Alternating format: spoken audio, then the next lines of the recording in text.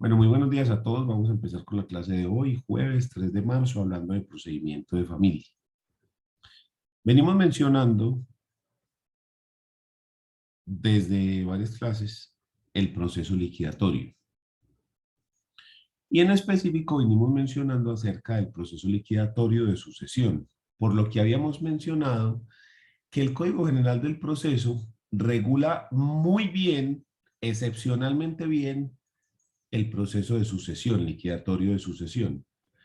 Pero que los otros liquidatorios no están regulados. Entonces, básicamente, nos tenemos que centrar o nos tenemos que basar para todos los liquidatorios en el proceso de sucesión, ¿sí? Que es el que tiene la regulación bien organizadita, entonces donde nos dice todas las partes que integran el proceso, cómo se, cómo se ejercen todas las cuestiones del proceso.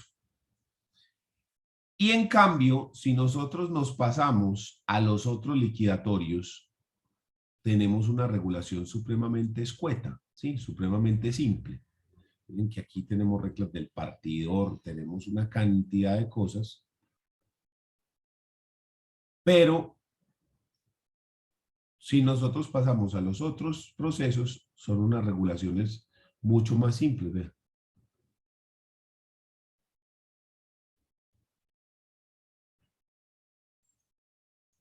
Entonces, ahí empiezan los problemas. Mencionamos en el tema de partición, perdón, de sucesión intestada, que este proceso tiene, digamos, una estructura de esta forma. Tenemos la primera parte que se da con la demanda, donde se solicita la apertura del proceso, que es una demanda que ya dijimos tiene que cumplir con los requisitos del artículo 82, pero que adicionalmente tiene unos requisitos específicos adicionales, como por ejemplo presentar un inventario y avalúo de los bienes que se van a repartir. Que una vez presenta esa demanda pasamos al auto admisorio donde se da apertura a ese proceso de liquidación. Y una vez abierto ese proceso es necesario notificar, pero la particularidad acá está en que en las sucesiones vamos a tener que notificar a los herederos determinados, los que ya conocemos, y a los herederos indeterminados. Y esto de la indeterminación, de notificar a las personas indeterminadas, se va a aplicar a otros liquidatorios también. Porque dentro de la sociedad conyugal también va a ser necesario para que aparezcan, por ejemplo, acreedores, y lo mismo va a ocurrir en los liquidatorios incluso de sociedad comercial o de el proceso de insolvencia de persona natural no comerciante, donde siempre debemos notificar a esas personas indeterminadas para que cualquier persona que crea que tiene derecho sobre ese proceso liquidatorio, pues se presente al mismo para hacer valer sus derechos. ¿Listo? Esa notificación, como hemos mencionado, se hace conforme al emplazamiento que está regulado en el Código General del Proceso y que fue modificado por el decreto 806 de 2020, que tiene vigencia hasta junio. Pero desde hace rato se viene discutiendo fuertemente, digamos, volver las disposiciones o algunas de las disposiciones del decreto 806 que eran transitorias, volverlas permanentes. Incluso hace una semana o dos, no recuerdo exactamente, desde la rama judicial se hizo una encuesta a abogados litigantes hablando acerca de el funcionamiento de la justicia, pues, de esta forma virtual. Y se hacían varias preguntas con miras a identificar si los abogados consideraban que se debía continuar o no con algunas de las disposiciones del decreto 806 de 2020. Y parece que ha sido muy positivo el, los cambios, digamos, que trajeron el decreto 806, no todos, obvio, pero se está intentando, como les digo, que eso quede de manera definitiva. Uno de los cambios que más ha gustado y que más yo creo que tiene más visión a ser permanente, es el cambio que hay con las notificaciones, donde tenemos unas notificaciones personal que habría que enviar primero una citación al domicilio del demandado, y en esa citación yo le indico a la persona cuál es la providencia que se va a notificar y le concedo un plazo para que vaya al juzgado, 5 días si vive en el mismo municipio del juzgado, 10 días si vive en un municipio diferente al del juzgado, o 30 días si vive en el extranjero, para que la persona vaya hasta el juzgado personalmente y se notifique. Diga, buenas, ¿qué es lo que pasa? Y le entreguen personalmente el documento.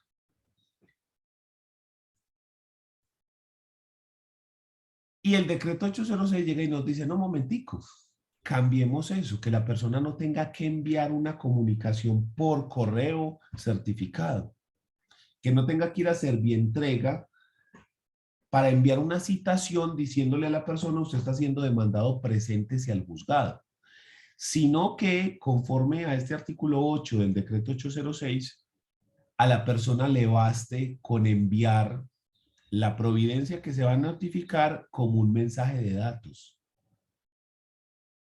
a una dirección electrónica, ¿sí?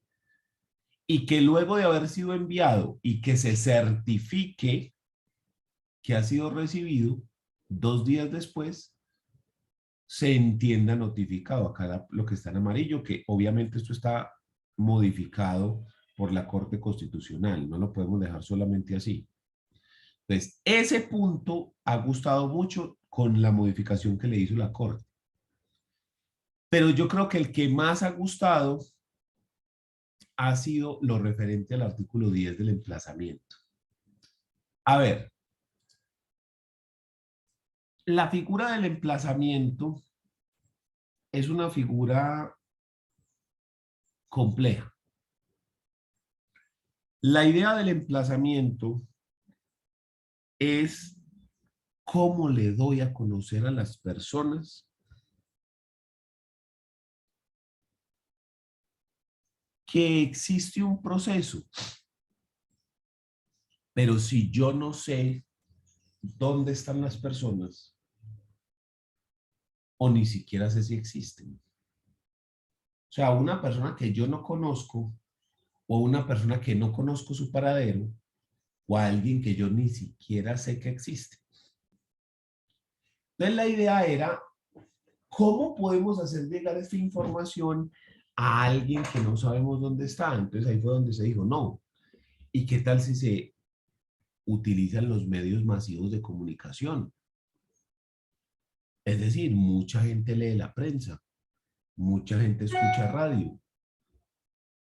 Entonces, si utilizamos un medio masivo de comunicación como la prensa escrita, podríamos hacer una comunicación ahí de forma que una persona pueda, así sea por casualidad, coger un periódico y revisar y decir, ah, me están demandando. O que al menos un familiar lo diga. Sí, un familiar o un amigo llegue y diga, ay, mira, están demandando a Pedro. Y entonces que la persona se presente al juzgado. La idea no es mala, ¿sí? La idea está, digamos, bien. Es decir, ¿cómo le vamos a llegar a esa persona que no sabemos si siquiera existe? ¿O cómo vamos a lograr que una persona en cualquier lugar del territorio se dé cuenta que está siendo demandado. ¿Listo? Y si a eso lo acompañamos con un anuncio en radio, uno dice, ah, no, maravilloso, pues así se asegura más que la persona venga. Pero ¿cuál es la realidad?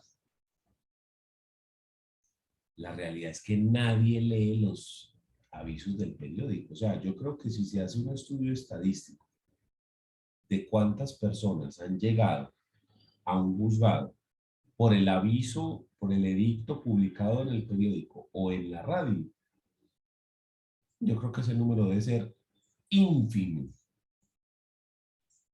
Sí, mejor dicho, si llega uno, no llegan dos. Y entonces ahí es cuando aparece este decreto 806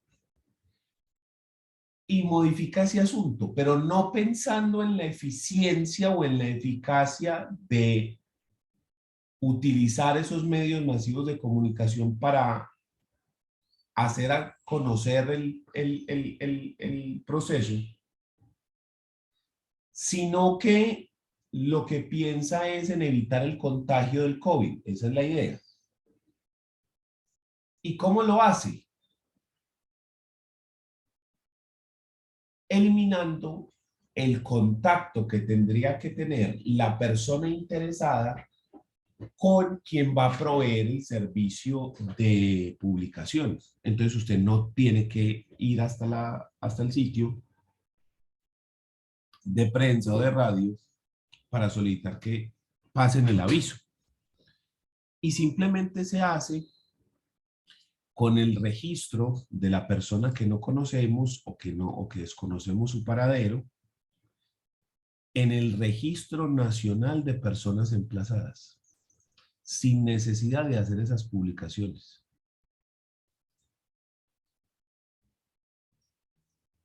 Entonces se construye el Registro Nacional de Personas Emplazadas y basta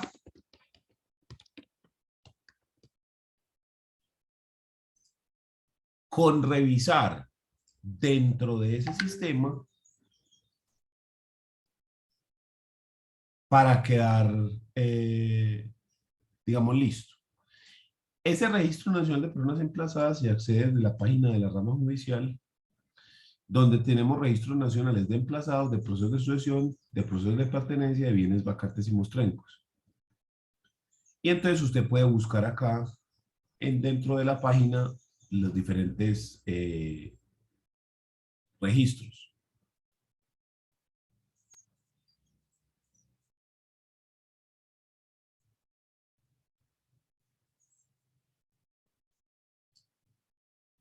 Entonces, por ejemplo, acá, busca aquí al ciudadano. Miren que aquí dice proceso, ciudadano, predio. Están los tres registros. Aquí está ciudadano y aquí se busca por el número de cédula o esto.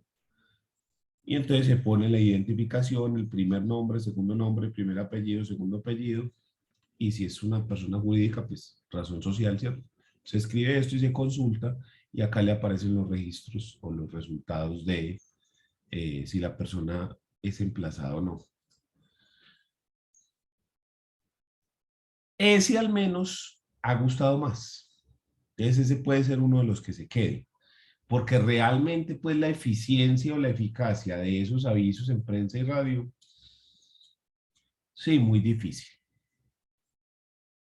Pero bueno, entonces, se notifica a la persona, que ya lo habíamos mencionado, se da el auto de apertura y se notifica. A los determinados se notifica personalmente, como está en el código, como está en el decreto, o se puede hacer también por aviso, y a los indeterminados se notifica mediante ese emplazamiento que acabamos de mencionar. Una vez están integradas esas personas, se pasa a la audiencia de inventarios y avalúos.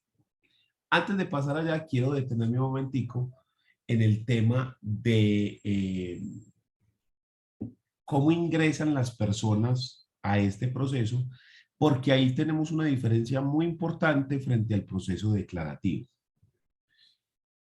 Cuando uno está dentro del proceso declarativo,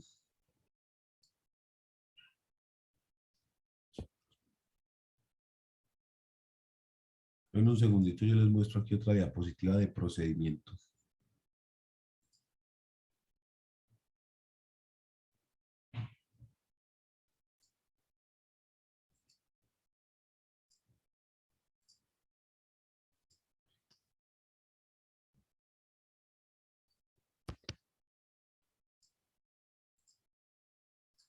Cuando uno está dentro del proceso declarativo, entonces usted presenta la demanda, que es la que tiene la estructura que ya hemos analizado, con la introducción, las pretensiones, los hechos, las pruebas, el juramento estimatorio y fundamentos de hecho. Esto es lo que está en el artículo 82. ¿Listo? Y se pasa a la etapa de admisión. Entonces lo que sigue, pues aquí está admisión, inadmisión, rechazo. Pues rechazo, las tres causales de rechazo, inadmisión, las que están, todo esto es del artículo 90. ¿Listo? Pasamos a las notificaciones. Estas son las notificaciones del Código Penal del Proceso. Aquí no está lo del decreto 806. ¿Listo? Pero entonces, a lo que quería yo llegar es esto. Una vez notificada la persona, el demandado tiene tres posibles acciones frente a esa demanda que se ha instaurado. La primera y la más normal, digamos, para nosotros que estudiamos esto es la contestación de la demanda. La contestación que, al igual que la demanda, también debe cumplir unos requisitos, artículo 96, y donde básicamente lo que se pretende es oponerse a la pretensión del demandante y o presentar excepciones para que el juez o no inicie el proceso ya que tiene un problema, como es el caso de las excepciones previas, cuya finalidad es evitar que el proceso inicie porque tiene un problema de forma casi siempre.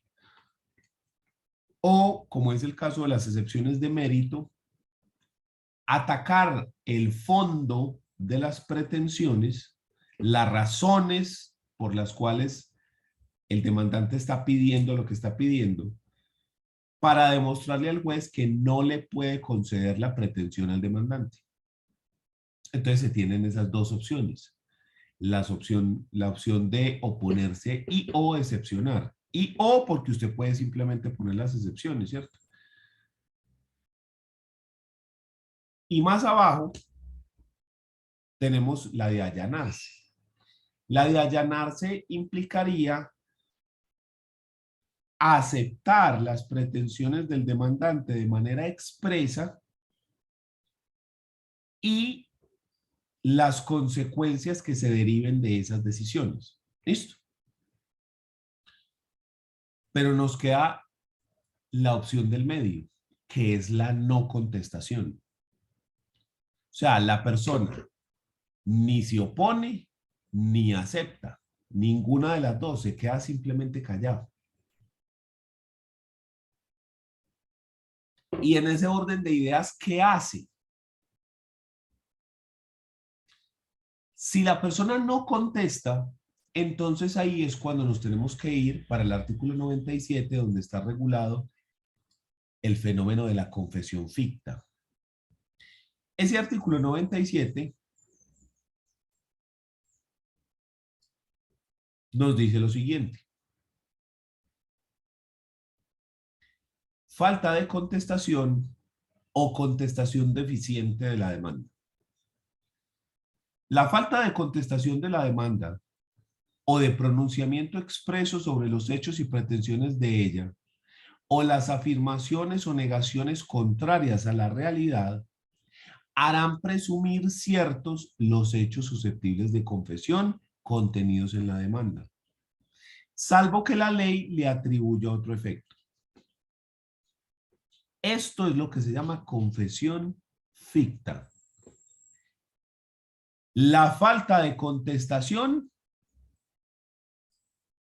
harán presumir ciertos los hechos susceptibles de confesión.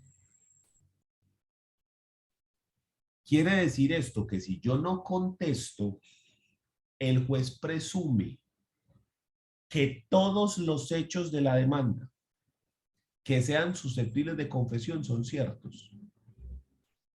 Básicamente, Si usted no contesta en un proceso declarativo, lo perdió. Es muy difícil salvarse de una confesión ficta.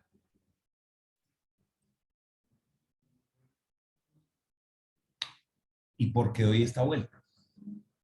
¿Para qué me meto con el declarativo y para qué les hablo de este fenómeno si estamos actualmente mirando el proceso de liquidación? Porque dentro del proceso de liquidación, esta figura no opera.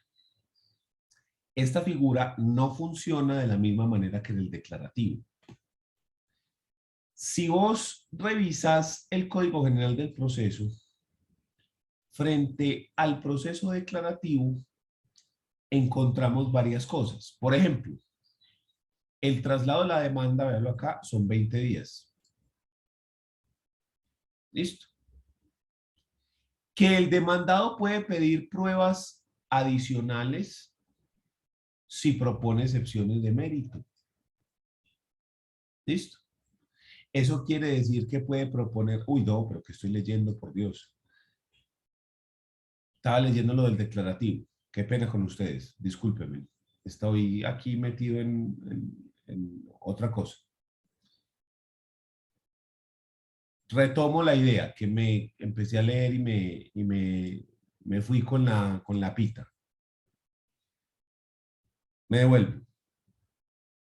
¿Por qué razón estamos hablando de esto? Porque si revisamos el Código General del Proceso, en el punto del declarativo, del ejecutivo, el declarativo en el que estamos mirando, y nos venimos para acá para el proceso de sucesión, encontramos unas circunstancias bien particulares, y es que se nos habla de medidas preparatorias en las sucesiones, ¿sí? El capítulo 1 son medidas preparatorias. Entonces, todo lo que va a pasar antes del proceso. Medidas cautelares, también podríamos llamarlo dentro de las eh, medidas preparatorias, sin embargo, aquí lo separaron, no hay problema. Luego viene la declaración de herencia adyacente, que es otro fenómeno diferente aparte. Y ya se empieza el trámite a partir del capítulo 4, artículo 487. Y entonces empiezan las disposiciones preliminares, ¿sí? Pero no hay ninguna referencia a eso. En el 488 viene la demanda. Los requisitos adicionales a los del artículo 82 que deben presentarse para solicitar la apertura de este proceso de liquidación. Y en el 489 vienen los anexos de la demanda. Y de una vez pasamos a la apertura del proceso. ¿Sí? Presentada la demanda con los requisitos y anexos, el juez declarará abierto el proceso de sucesión.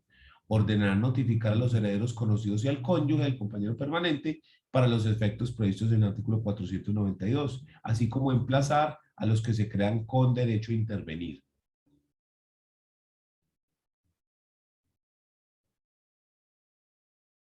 Entonces acá estamos en este punto.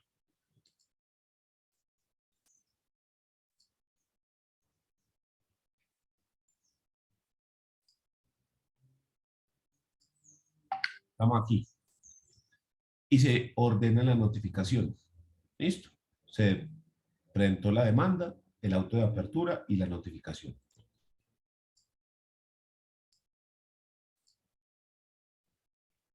Reconocimiento de interesados. Para el reconocimiento de interesados se aplicarán las siguientes reglas. Primero, en el auto que declare abierto el proceso, se reconocerán los herederos, legatarios, cónyuge, compañero permanente o albacea que hayan solicitado su apertura si aparece la prueba de su respectiva calidad. Los acreedores podrán hacer valer sus créditos dentro del proceso hasta que termine la diligencia de inventarios, durante la cual se resolverá su inclusión en él.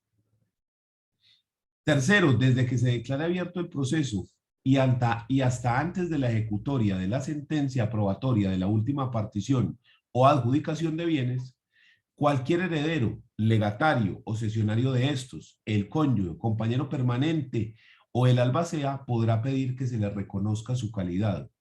Si se trata de heredero, se aplicará lo dispuesto en el artículo cuarto del artículo, perdón, en el numeral cuarto del artículo 488. Entonces, esta figura del reconocimiento de herederos o de interesados nos propone un cambio muy importante frente a los otros procesos que ya conocíamos. Y es que dentro del liquidatorio no hay una contestación per se.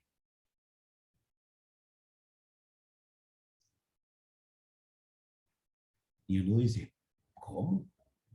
Es decir, la estructura básica del proceso es esa estructura donde tenemos a un demandante que formula la demanda que contiene pretensiones, hechos, pruebas, lo que ya vimos, en contra de otra persona. Y que esa otra persona, el demandado, lo que hace es contestar lo que se dijo en la demanda. Entonces menciona, por ejemplo, si se opone o se allana las excepciones. Se debe pronunciar diciendo si los hechos son ciertos, no son ciertos o no le constan. Y puede proponer excepciones de mérito o excepciones previas. Pero en el proceso liquidatorio, no. No hay una contestación como tal. Y esto se debe a que la estructura del proceso liquidatorio es diferente. La estructura del proceso liquidatorio no implica la discusión sobre quién tiene el derecho o si el derecho existe o si se deba a eliminar el mismo, sino que aquí lo que vamos a hacer es repartir un patrimonio que ya existe, un patrimonio que está ahí y que necesitamos repartirlo entre los diferentes interesados. Entonces, lo que yo hago con la demanda, más que vincular a otra persona y exigir de esa persona el cumplimiento de una prestación, lo que yo hago dentro del proceso es decirle al juez que hay un patrimonio que está ahí esperando para que se reparta entre los diferentes interesados. Entonces yo le digo, señor juez, yo necesito que usted reparta esta plata y que la reparta entre Hugo, Paco y Luis. Esas personas, lo que llegan al proceso es a solicitar que efectivamente sean tenidos en cuenta dentro del mismo. Entonces no es una contestación adversarial como la que vemos en los declarativos y en los ejecutivos, donde yo me pronuncio acerca de lo que se me está pidiendo, donde yo me pronuncio acerca de lo que se aduce en mi contra, donde yo voy a pelear o a discutir eso que dijo el demandante para tratar de demostrar que no es cierto y que por lo tanto no se le puedan conceder las pretensiones a esa persona. En este caso es diferente. Aquí el demandado no hace eso, sino que el demandado dice, sí señor, métame en ese bus, lléveme ahí que yo quiero pertenecer al proceso y necesito que se me reparta lo que me toque. Y toda esta vuelta que yo estoy dando, ¿para qué? Porque resulta que puede que la persona no presente una contestación. Si eso ocurre dentro del proceso declarativo, entonces ahí es donde entra ese artículo 97 de la confesión ficta. Ahí en ese punto en específico. Y dice, ya que usted no contestó nada, ya que usted no se presentó, pues entonces se somete a que todos los hechos susceptibles de confesión sean ciertos. Por eso es que le digo que usted básicamente perdió. En cambio aquí no. Aquí ese fenómeno no opera. Si usted no se presenta, no le reparten. Tan simple como eso. Pero puede ocurrir que usted no conteste la demanda, pero sí se presente a la audiencia de inventarios y avalúos. O incluso con posterioridad, no hay problema. Porque mire que dice que hasta el fallo. Y si la persona se presenta, entonces lo único que se hace es, primero, verificar la calidad en la cual se está presentando. Se está presentando como acreedor, heredero, cónyuge, lo que sea. Y si esa calidad está verificada, entonces la persona se ingresa dentro del proceso para reconocerle los derechos que ya tiene. ¿Sí? Porque no vamos a discutir si tiene o no tiene derecho. El derecho ya es cierto. Entonces simplemente entramos a discutir sobre cómo se le va a reconocer o pagar esos derechos. Y eso es un cambio muy importante con lo que tenemos. Hace unos años, en el 2019 o en el 20, no recuerdo si fue a principios del 20 o finales del 19, me llega un cliente. Y el cliente es una persona difícil. ¿Difícil en qué sentido? En el sentido de que es un poco como descuidado con ciertas cosas, ¿sí? Como muy tranquilo, ¿sí? Entonces llega y me dice, lo que pasa era que yo estaba casado. Ok. Y dentro del matrimonio tuvimos una niña, menor de edad, hoy en día. Ok, perfecto. Y la señora me demandó el divorcio. Y yo no contesté la demanda. Uy, básicamente perdiste el proceso. Me dice, sí, sí, sí, sí, pero eso no importa. El juez decretó el divorcio y fijó unas cuotas alimentarias, la cual estoy pagando, pero yo no vengo por eso. Ok, listo, porque ahí pues igual no hay nada que hacer. No, yo vengo es porque también me demandó la señora en liquidación de sociedad conyugal. Ah, qué bien. ¿Y cuándo te llegó la notificación? No, hace como 4 meses. ¿Cómo? Sí, vea, mire. ¿Qué es esto? ¿Cómo que 4 meses, hermano? ¿Cómo así? ¿Qué es eso? Sí, vea. Entonces, ¿qué podemos hacer? Y yo, muestre a ver. Entonces, efectivamente, la señora lo demanda en liquidación de la sociedad conyugal y ellos tenían básicamente un bien, una casa. Entonces, ya contestación, no, pues ya le pasó el término para contestar la demanda. Pero él tampoco estaba en desacuerdo con lo que se decía en la demanda, es decir, los bienes sociales que ellos tenían eran esa casa y no más. Entonces, ¿qué le digo yo? Listo, entonces nos vamos a presentar a la audiencia de inventarios y avalúos. Y efectivamente así lo hicimos. Nos presentamos a la audiencia de inventarios y avalúos. Buenas, yo soy el cónyuge, este es mi apoderado. Y lo tienen en cuenta dentro del proceso para que este mismo se tramite. Si eso fuera un declarativo, no, eso no es viable. O sea, la persona perdió y chao. Listo. Entonces, eso es muy importante. Entonces, digamos que dentro de la liquidación yo tengo dos posibilidades. Ya te doy la palabra, Janet. Yo puedo hacer la contestación. Sí, claro, no hay ningún problema. Una contestación según lo que está en el artículo 96, no hay ningún problema. Y puedo proponer excepciones. Sí, sí hay lugar a ellas, ¿cierto? Porque puede haber excepciones previas, por ejemplo, falta de competencia o falta de jurisdicción. Sí, no hay absolutamente ningún problema. Yo puedo proponer esas excepciones. Y me puedo referir frente a los hechos y sí, una contestación normalita a la usanza, tal cual. O simplemente solicito ser tenido en cuenta dentro del proceso, bajo la calidad de cónyuge, heredero, legatario, etc.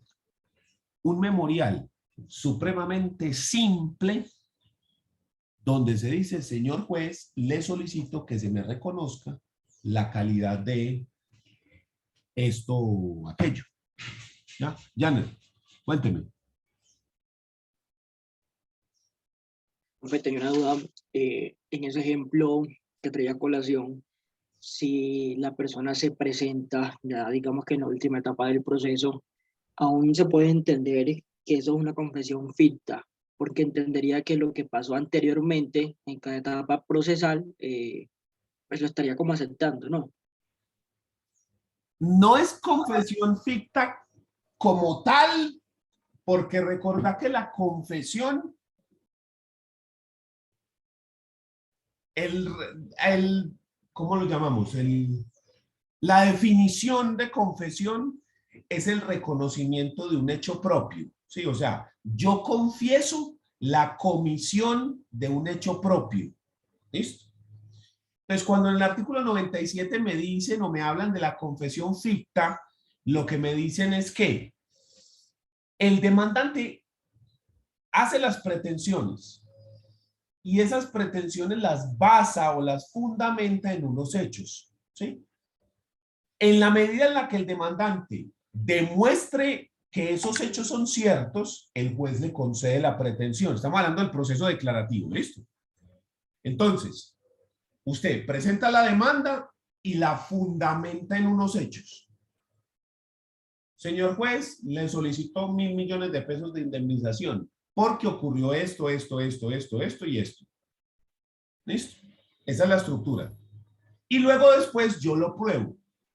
Yo voy a poner las pruebas para demostrar esos hechos y en la medida en la que yo los demuestre, el juez me debe conceder la pretensión. Cuando yo hablo de confesión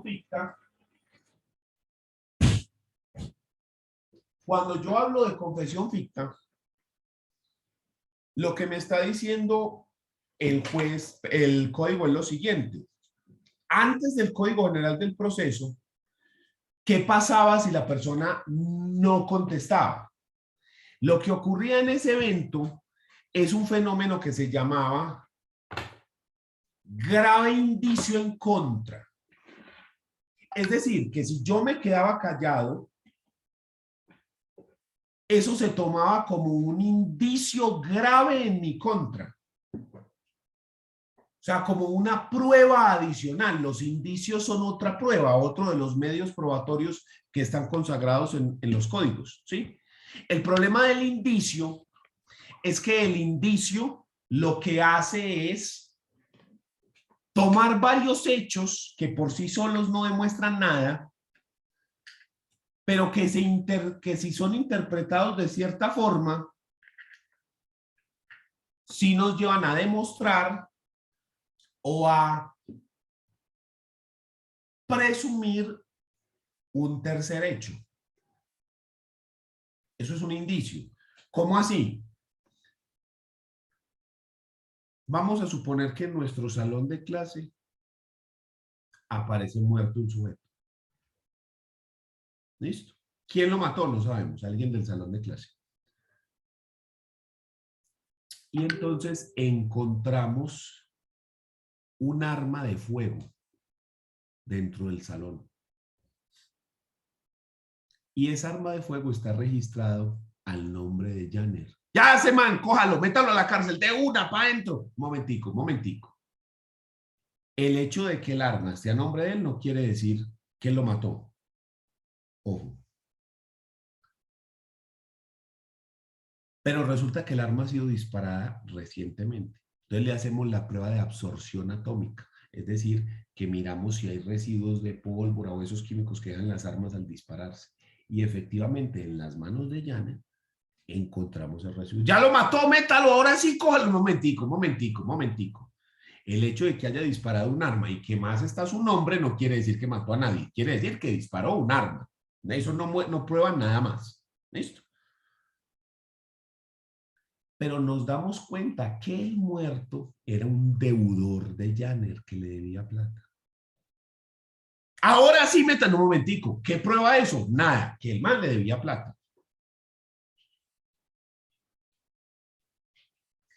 Pero también encontramos que días antes hubo una discusión muy fea en la cafetería de la universidad y que varias personas lo vieron. Y que él le dijo, te cuidas porque yo me las cobro porque me las cobro. Eso por sí no demuestra nada. Pero cuando vamos juntando todos esos hechos, nosotros vamos diciendo el arma, el motivo, la disparó, tan, y todo eso nos va llevando a demostrar que sí lo mató, ¿ya? Pero cada uno por sí solo no demuestra nada, eso es un indicio. Entonces, en el Código de Procedimiento Civil, cuando usted no contestaba, eso se tenía como un grave indicio en su contra. O sea, es como empezar perdiendo un partido de fútbol 3-0.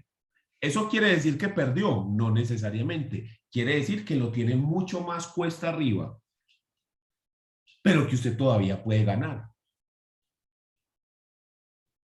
Pero está difícil.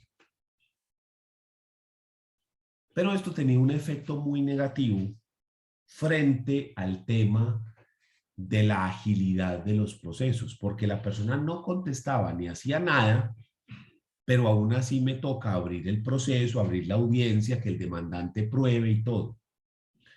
Entonces, como una de las finalidades del Código Penal del Proceso es la celeridad, pensando en cómo acelerar ciertos procesos, se dieron cuenta de esa circunstancia con esos, entonces cambiaron las condiciones y dijeron, venga, si la persona no contesta, en vez de que eso sea un indicio en su contra, que sea una confesión. O sea, que se dan por demostrados los hechos del demandante sin que tenga que abrirse el debate probatorio, sin que la persona tenga que presentar pruebas. Yo los doy por demostrados, siempre y cuando sean hechos susceptibles de confesión, o sea, hechos propios, hechos que realizó el demandado, perdón. ¿Sí? Porque yo no puedo confesar hechos por un tercero, ¿cierto? Yo no puedo decir, confieso que Janet pasteleó en el examen. ¿Cómo así? Yo confieso lo mío, no lo del otro, ¿ya? Entonces, si son hechos míos, se dan por probados, sin necesidad de presentar ninguna prueba. Ya, quedaron probados porque el man no dijo nada. Y si todos los hechos son de esta naturaleza, entonces podemos pasar de una vez a sentencia anticipada y sale sin necesidad de abrir el debate probatorio. Para que el proceso salga rápido, para que el juez lo pueda chulear y decir, listo, vea, ya aquí resuelto el problema, vámonos. Pero ¿y qué ocurre con el liquidatorio? Ya dijimos que esta figura no aplica. Entonces vos, muy bien lo estás diciendo, la persona se puede presentar al proceso dentro de cualquier etapa. Entonces me decís, no es como una confesión ficta el hecho de que la persona ya aceptó todo lo que ocurre en las otras etapas. ¿A qué se refiere eso? Cuando llega y dice, desde que se declare abierto el proceso y hasta antes de la ejecutoria de la sentencia, aprobatoria de la última partición o adjudicación de bienes, cualquier heredero, legatario o cesionario de estos, el cónyuge o compañero permanente o albacea, podrán pedir que se les reconozca su calidad. Si se trata de heredero, se aplicará lo dispuesto del numeral y no podrá ser notificada.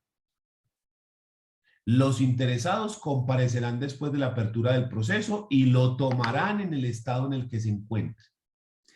¿Qué significa esto? Que si la audiencia de inventarios ya pasó, la persona acepta tácitamente lo que se hizo en la anterior. Entonces la pregunta es, ¿eso es una confesión ficta? No. Técnicamente no.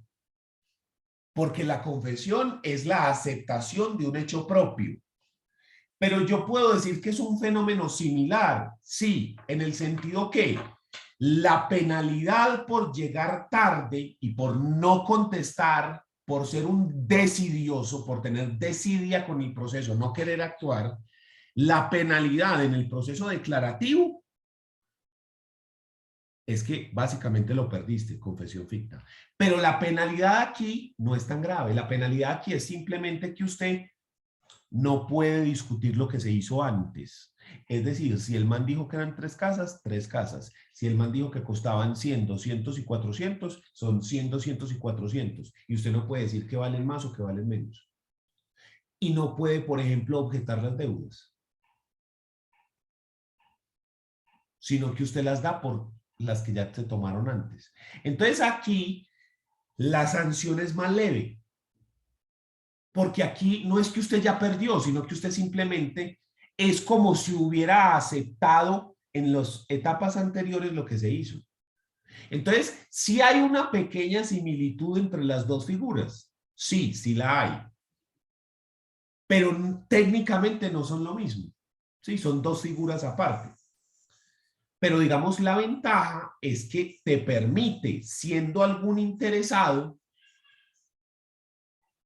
acudir al proceso en cualquier etapa hasta antes de que se dicte sentencia. Pero es más, se extiende incluso después de la sentencia, porque si aparece un heredero luego de que se haya dictado la sentencia aprobatoria de la partición, ese heredero no pierde los derechos, sino que ese heredero tiene una posibilidad que se llama acción de petición de herencia. Y se ha creado por analogía otra que se llama acción de petición de gananciales, donde la persona que es dejado por fuera dentro del proceso llega y dice, un momentico, ¿qué fue lo que me toca a mí? Y tiene 10 años para aparecer por eso.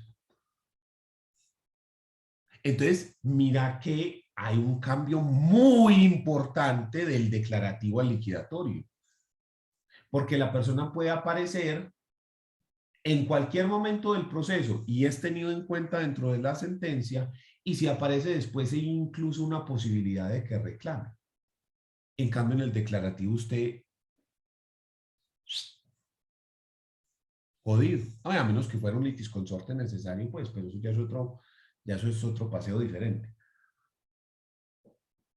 ¿Sí? Entonces es una figura diferente. ¿Me entendió o no me entendió?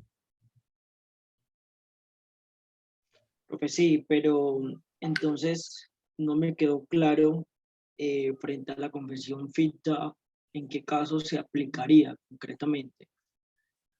La aplicaríamos en el proceso declarativo, en el proceso ejecutivo. Y uno puede decir que en el liquidatorio, pero en el entendido de que lo que está haciendo es reconocer unos hechos, nada más.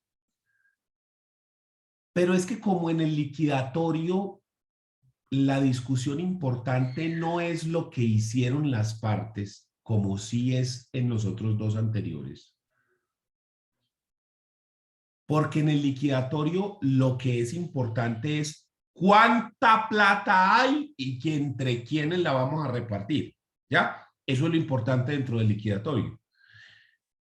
No quién tuvo la culpa, quién no tuvo la culpa, si tiene la calidad, si no la tiene, si usted hizo, si dijo, si no hizo. ¿Sí? Que son las discusiones del otro. Entonces, realmente la confesión ficta del artículo 97 tiene aplicación plena en los procesos declarativos. Todos los declarativos, verbales y verbales sumarios, y especiales. ¿Listo? Que recuerden que los especiales son el monitorio, el divisorio, el de expropiación y el de deslinde y amojonamiento. Esos cuatro son los procesos declarativos especiales. Entonces, en esos procesos declarativos y en los ejecutivos aplica plenamente la confesión ficta en el entendido que se dan por ciertos esos hechos de la demanda y como ya están probados, si en eso es en los que se basan las pretensiones, ya se le conceden. Y en el ejecutivo, en el liquidatorio, sí, ¿no? Es decir, los hechos que estén ahí en la demanda se presumen ciertos. Listo, perfecto. Pero lo importante en la demanda no es eso, lo importante en el ejecutivo, no, en el liquidatorio no es eso, es cuánta plata hay y entre quiénes las vamos a repartir, eso es todo. Sí, entonces, tiene unos efectos muy diferentes. Entonces, la confesión ficta, preocúpese por ella en los declarativos y en los ejecutivos. En los liquidatorios, no. En los liquidatorios ahí es que preocuparse por integrarse al proceso. Por decir, señor juez, yo también quiero un pedacito de esa torta. A ver, ¿cuál es el que me toca? ¿Sí? Básicamente. Es que el liquidatorio es en la piñata, repartiendo y aparece la gente con la servilleta o el platico a recibir. Eso es. Lo que pasa es que es conforme a la ley. Entonces, así es como funciona ese asunto. ¿Ya? Entonces, son dos fenómenos aparte, con unas aplicaciones muy diferentes. Pero si vos te fijas bien, cuando uno revisa el artículo 97, no dice lo que yo le estoy diciendo. O sea, parece que yo aquí me estoy inventando todo esto.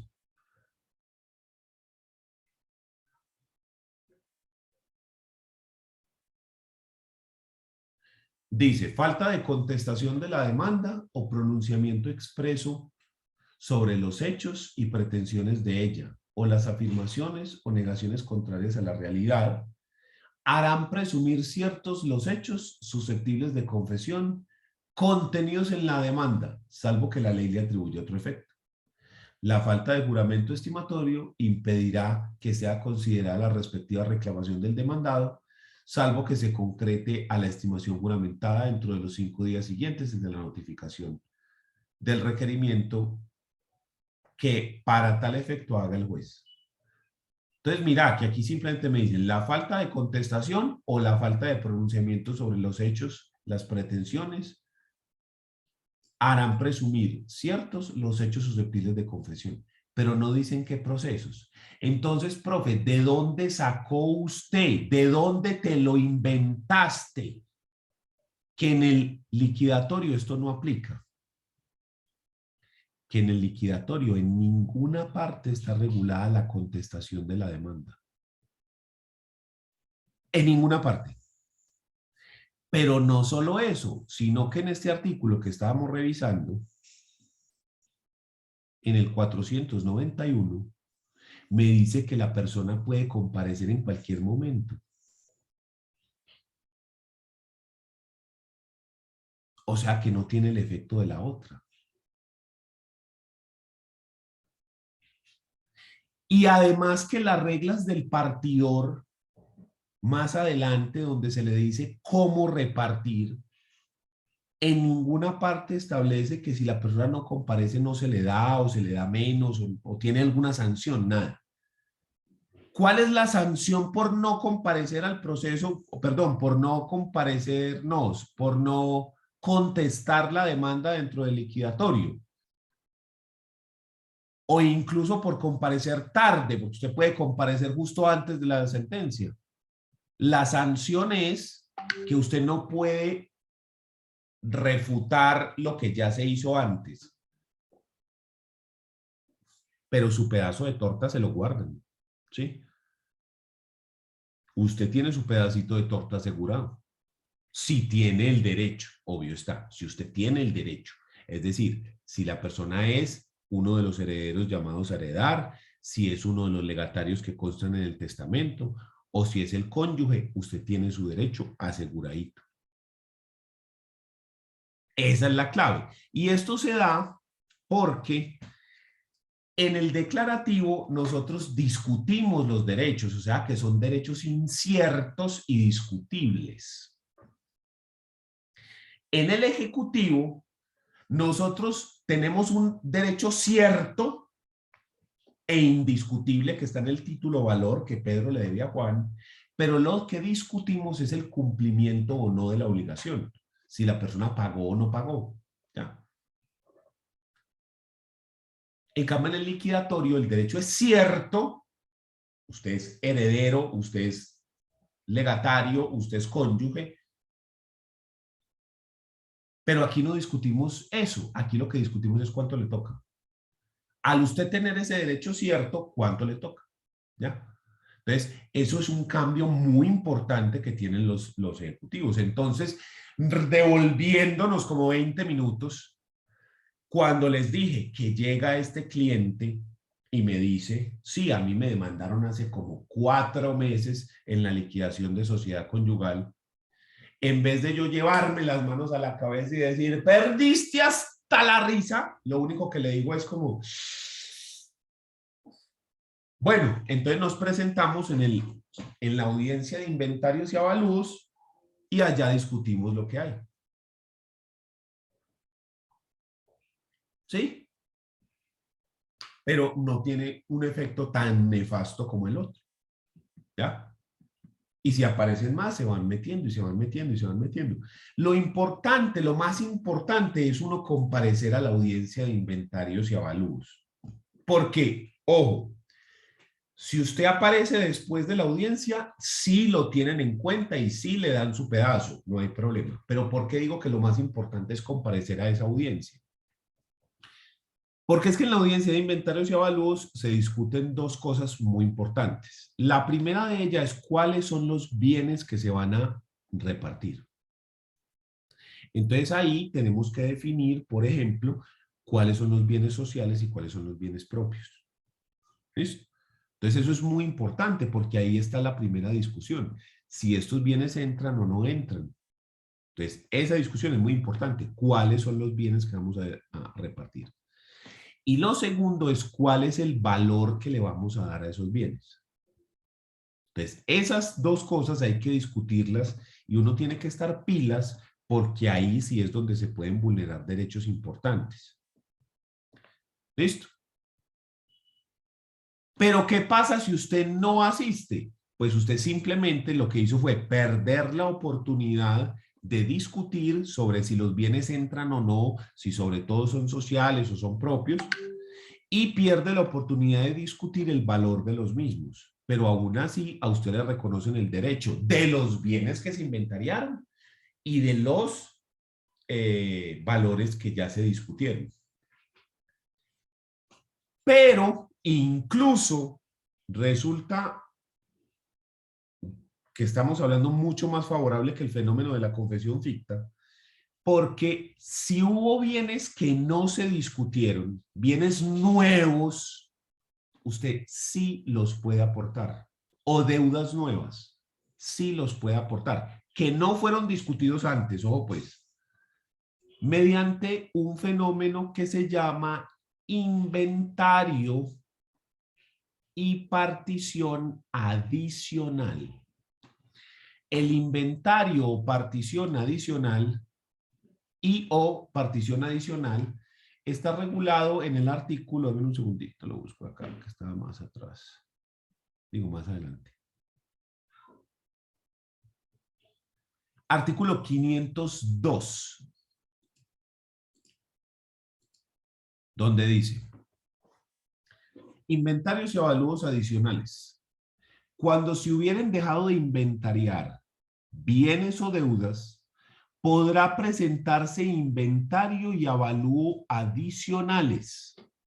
De ello se correrá traslado por 3 días y se formularán objeciones. Perdón, y si se formulan objeciones, serán resueltas en audiencia que deberá celebrarse dentro de los 5 días siguientes al vencimiento de dicho traslado. Entonces, si usted no se presentó al inventario al primer inventario y usted va a comparecer al proceso con posterioridad al inventario, ya no puede discutir los bienes que se discutieron allá ni las deudas que se discutieron allá. Usted las acepta. Por eso se dice que toma el proceso en el estado en el que se encuentra.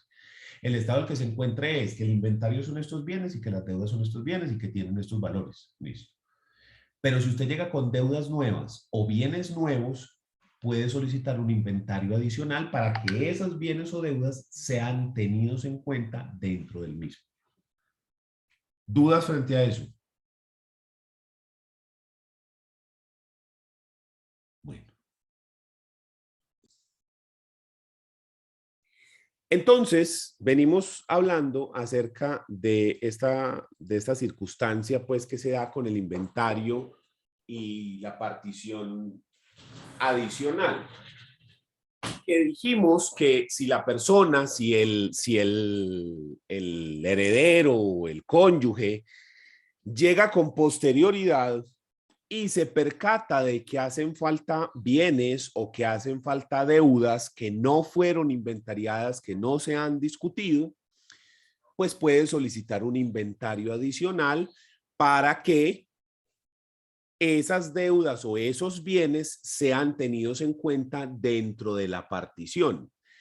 Y si ya incluso pasó la etapa de partición, si ya incluso se pasó esa etapa, entonces lo que solicitamos es que se haga un inventario adicional y que se haga una partición adicional o que se rehaga la partición que ya se había hecho con anterioridad. Pero esta herramienta no solo funciona para eso, o sea, esta herramienta de los inventarios y las particiones adicionales funciona siempre que se hayan dejado por fuera bienes o que aparezcan bienes o deudas nuevos. O sea, no solamente la vamos a utilizar cuando llega una persona que no había sido tenido en cuenta o que no había participado, sí, o que pudo que sí fue tenido en cuenta, pero no había llegado al proceso. No es el único evento, se utiliza cuando aparezcan bienes y deudas o en algunos casos se ha transformado en una herramienta que tienen los abogados bastante interesante. Les cuento un caso que tuve el año pasado y que estamos aquí resolviendo. Resulta que me llegan unos clientes para una sucesión. Muere un señor y el señor tenía un apartamento al 100%, un porcentaje sobre un apartamento, una empresa, unos carros y un cheque que le debía un banco. Un banco le tenía una plata retenida. Listo. Entonces vamos a hacer la sucesión. Entonces se otorgan los poderes y toda la cosa. Y empezamos a presentar, eso fue en notaría, los requisitos pues que necesita la notaría, los documentos que necesita la notaría para poder llevar a cabo el trámite. Entonces que los registros civiles de nacimiento, de defunción, de matrimonio, Uno de los documentos que necesita es la notaría, porque en el juzgado no es necesario, es presentar el impuesto predial de todo el año pago. Entonces, por ejemplo, el impuesto de todo 2022 pago y el paz y salvo de impuesto predial. Cuando yo le comunico eso a los clientes que tienen que pagar el predial de todo el año para poder obtener el paz y salvo, llegan y me dicen, doctor, nosotros no tenemos plata con que pagar eso. Yo, pero ¿cómo así? Y entonces, ¿cómo vamos a hacer la sucesión? Ah, no. No, doctor, no tenemos plata para pagar eso. No, deje eso así. ¿Cómo? Sí, deje eso así porque no hay plata con que pagar eso. De pronto algún día cuando nos caiga una platica. Yo, ¿cómo? ¿Pero qué es esa actitud? Incluso me dio mucha rabia porque esa actitud como de que, ay, no. O sea, no se puede, no podían ir a prestarla ni nada. No, así, con una desidia bastante impresionante. Y entonces se me ocurre a mí una idea. Y digo yo, bueno, ¿y si hacemos la sucesión primero con los carros y el cheque que debe el banco? No mencionamos nada de los inmuebles ni de la empresa, solo los carros y el cheque del banco. De esa forma, ustedes reclaman el dinero del banco, con ese dinero pagan los prediales y lo que hace falta y ya tienen dinero para pagarlo, les queda para que nos paguen a nosotros los honorarios, o con eso. Y después hacemos un inventario y partición adicional de los inmuebles y de la empresa. Entonces me dijeron, sí señor, hágale pues. Entonces efectivamente así se hizo. Cogimos la sucesión y primero la hicimos teniendo en cuenta el cheque del banco y los carros, que eran 2 carros. Se hizo, las personas reclamaron el dinero en el banco y ahorita, en este momento, se está presentando la inventario y partición adicional, un trámite adicional para solicitar que se reconozca que existen esos otros bienes que están evaluados en X plata, no recuerdo yo cuánto es, y que se repartan entre los herederos. Los herederos en este caso son la cónyuge supérstite y el único hijo que tuvieron. Entonces, básicamente 50-50. ¿Sí?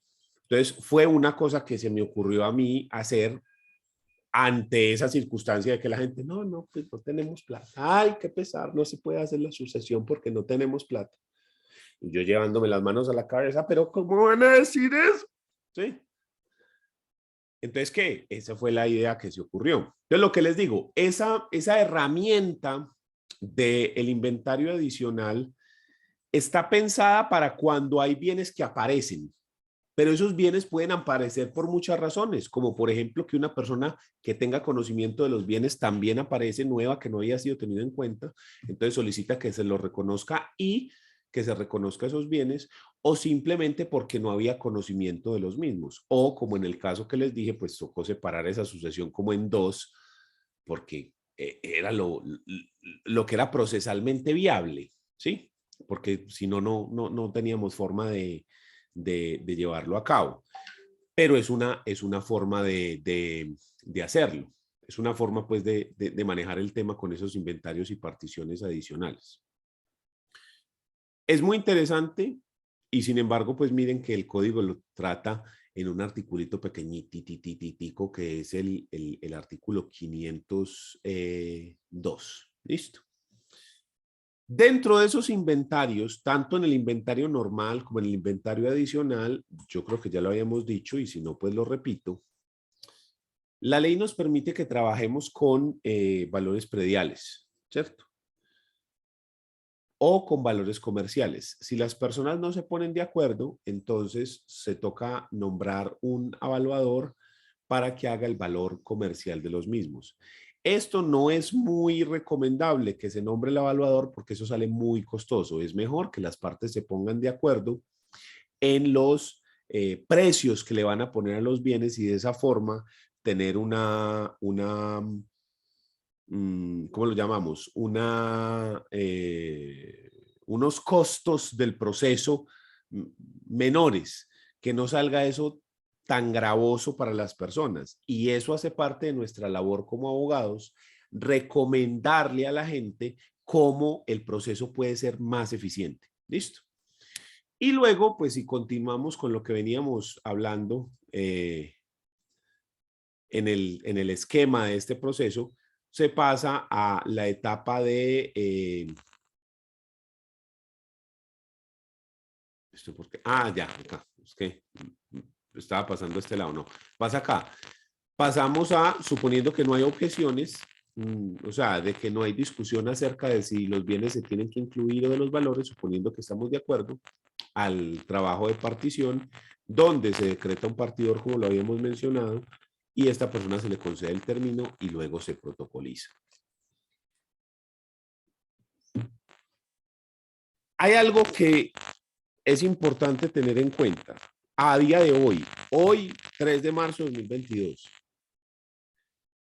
la norma de notariado y registro que dice que la sucesión tiene que protocolizarse por escritura pública, así se haga en juzgado, para proceder luego a registrarse en la Oficina de Registro de Instrumentos Públicos si hay bienes inmuebles. Es una norma que no tiene sanción, es decir, que no dice que si no se si no se protocoliza, no dice cuál es la consecuencia negativa. ¿Cuál es el problema de eso? ¿Cuál es el problema de que existe, de que exista o de que permita de que la ley regule, de que se haga la partición, perdón, de que se haga el registro sin que haya protocolización? Que las normas que regulan una conducta, pero que no tienen sanción, se vuelven potestativas. Al volverse potestativo, quiere decir esto que realmente no es obligatorio hacer esa protocolización. De hecho, yo he tenido, repito, hasta día de hoy, muchos casos donde lo que hago es, se saca copia auténtica de la sentencia probatoria de la partición. En el juzgado se pide la copia auténtica. Copia auténtica de la partición y copia auténtica del inventario. Con esas copias voy a la oficina de registro de instrumentos públicos y hago registrar. Previamente hay que ir a rentas departamentales para que se liquide el impuesto de renta, se paga, entonces quedan las 3 copias y el recibo de pago del impuesto de rentas. Voy a registro y allá pago el otro impuesto, que es el impuesto de registro, y presento todas las copias, las 3 copias de la sentencia, la partición, el inventario, más el recibo del impuesto de rentas, más el recibo del impuesto de registro, y con esos 5 lo presento a la oficina y me lo registran. Por lo que les digo, a día de hoy, esa norma de notariado del registro, no recuerdo exactamente el artículo, pero es de este decreto pues, de notariado del registro, no tiene sanción al respecto. Entonces, cuando se hacen juzgados, si bien la norma dice que se debe protocolizar, como no tiene sanción al respecto, no genera nulidad, no genera nada de esto, se puede hacer directamente y de hecho yo lo he hecho y no una vez, en muchas oportunidades. Desde que yo me gradué en el 2009 hasta el día de hoy, nunca después del juzgado he protocolizado una sucesión, jamás. Todas las he llevado directamente a registro. ¿Por qué insisto tanto con que el día de hoy, el día de hoy, el día de hoy? Porque si mañana o ahorita en la tarde sale una norma que dice que sí, que ya es obligatorio y que si no le cortan a usted las manos, pues hasta ese momento se podrá hacer. Pero hasta hoy yo lo he hecho en muchísimas oportunidades. Entonces le cuento a partir de la experiencia, que es un paso que se puede obviar teniendo en cuenta la forma como está estructurada la norma y haciéndolo bien, es decir, sacando las copias auténticas de esas 3 cosas, la sentencia, la partición y el inventario, y llevándolos a la oficina de registro de instrumentos públicos. Entonces no va a ser necesario este último paso, o al menos no es necesario por ahora en lo que yo tengo entendido. Si se hace esto en notaría, pues obvio no hay que pasar por ese punto porque ya queda eso protocolizado por escritura pública, ¿sí? Entonces, resulta mucho más barato hacer el proceso por juzgado que hacerlo en notaría. En el sentido que no habría que pagar gastos notariales, que siempre tienen un costo importante, sobre todo si estamos hablando de sucesiones muy cuantiosas. Pero el problema es que si bien en el juzgado no hay que pagar ese impuesto, se demora más. Entonces, siempre uno debe proponerle a los clientes los 2 escenarios. Hacer los procesos liquidatorios en familia, en juzgado o en notaría, exponiendo los beneficios y los perjuicios de cada uno de esos 2. Los beneficios de hacer el proceso liquidatorio en juzgado es que el proceso sale más barato, no gratis, más barato, porque en ambos casos hay que pagar el impuesto de rentas y el impuesto de registro, ¿sí? Esos 2 impuestos no tienen forma de salirse de ahí. Entonces, en ambos hay que pagarlos, pero usted se ahorra los gastos notariales en el proceso liquidatorio. Repito, a día de hoy, con las circunstancias que ya les mencioné. Y fuera de eso, lo que les estaba diciendo yo ahora, por el caso por el cual me tocó hacer el inventario adicional. En notaría me exigen el paz y salvo de predial. En juzgado no. Hoy en día no lo exigen. Hoy en día. Si de aquí en adelante lo empiezan a exigir, eso es otro tema. Pero no me exigen el paz y salvo de predial. Para que lo tengan en cuenta. Entonces, esos son rubros que van reduciendo, pero en juzgado se demora mucho más. Una sucesión de mutuo acuerdo en juzgado se demora mínimo 1 año, mínimo. El normal es que se demore 2 años, el normal, de mutuo acuerdo, ¿sí? Porque los juzgados se demoran mucho para fijar las audiencias y se transforman mucho tiempo. En cambio, en notaría hay que pagar más. Hay que pagar los gastos notariales que equivalen al 3.5 por cada 1000, más otro tanto, más otro porcentajito. Y hay que pagar impuesto de rentas y registro igual, y habría que presentar de los bienes inmuebles el impuesto predial, pago de todo el año con su respectivo paz y salvo, lo mismo que paz y salvo de administración si los bienes están sometidos a propiedad horizontal. Pero el término de duración promedio en una sucesión notarial viene siendo más o menos de 6 meses, más o menos. Puede ser un poquitico menos, puede demorarse un poquitico más, dependiendo de circunstancias como cuánto se demore el paz y salvo de la DIAN. Resulta que después de haber hecho los inventarios, es necesario notificar a la DIAN para que ellos certifiquen si el muerto está a paz y salvo o no por concepto de impuestos y aduanas nacionales. Por ejemplo, si la persona declaraba renta y muere este año, entonces lo más probable es que no haya hecho sus últimas 2 declaraciones de renta. ¿A qué me refiero con eso? La del 2021, porque esa apenas usted la habría de presentar ahorita como desde junio, ¿sí? Y la porción de 2022. Entonces, lo más seguro es que esa sucesión, cuando se envíe a la DIAN requiera para solicitar que se hagan esas últimas 2 declaraciones de renta, la del 21 y la del 22. Pero si las personas está al día, ¿sí? Entonces la DIAN expide el paz y salvo por, por concepto de impuestos. Entonces, con ese paz y salvo ya se puede tramitar. Esto hace que muchas veces los procesos, sobre todo en notaría, se demoren mientras la DIAN revisa y expide el requerimiento para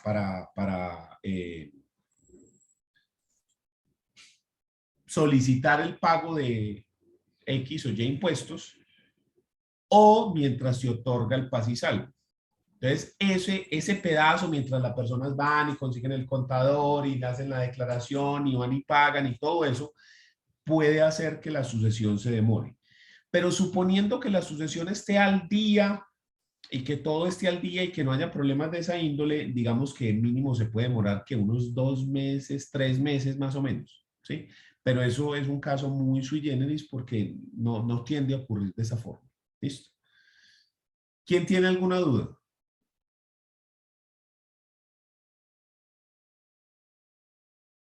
Bueno, vamos a dejar así por hoy. En la próxima clase vemos el tema de la liquidación de sociedad conyugal para ir cerrando el tema de los liquidatorios. ¿En qué quedó lo de la